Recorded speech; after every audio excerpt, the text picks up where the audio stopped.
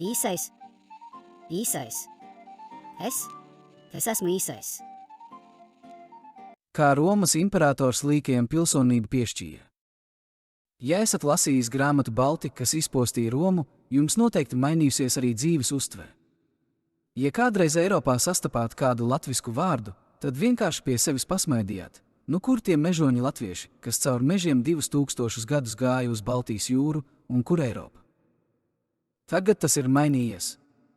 Kādreiz bērnībā gribēju teikt, ka Grieķijas ziemeļos dzīvoja trakie, bet man visi laboja, ka traķieši. Bet varbūt tomēr trakie? Tagad šādus vārdus pamanu un pieņemu kā dzīves realitāti.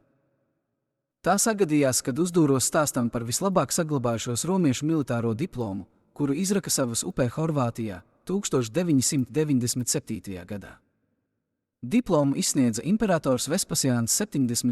gada 9. februārī centurionam Likējus, kurš dienējis Misenijas flotē Classis Misenensis veterāna Seksta Lusilija Basa vadībā. Līkā diploms ir apskatāms Brodas Posaulis muzejā Slavonski Brodā. Tajā laikā nopietnus dokumentus taisīja arī nopietni. Tās ir 2 bronzas plāksnes ar tekstu, kas ļāva dokumentam saglabāties. Muzeja mājas lapā ir diploma apskati video formātā. Katrā vietā, kur kāds mēģina šo vārdu izlasīt vai iztulkot, sanāk vai nu likais vai līkais. Varētu asociēt ar lūsi latīņu valodā, bet kaut kas tur tomēr pietrūkst. Dokuments pats par sevi ir svarīga sava laika liecība. Diplomā norādīts, ka viņš dzimis tajā pašā teritorijā, kur atrasts diploms.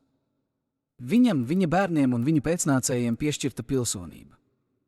Viņam piešķirts arī tiesības precēties un pilsonība attiecināt arī uz laulāto, lai gan tas bija derīgs tikai vienai sievai, tāpēc, ja viņš apprecētos atkārtoti, viņi caur viņu neiegūtu Romas pilsonību.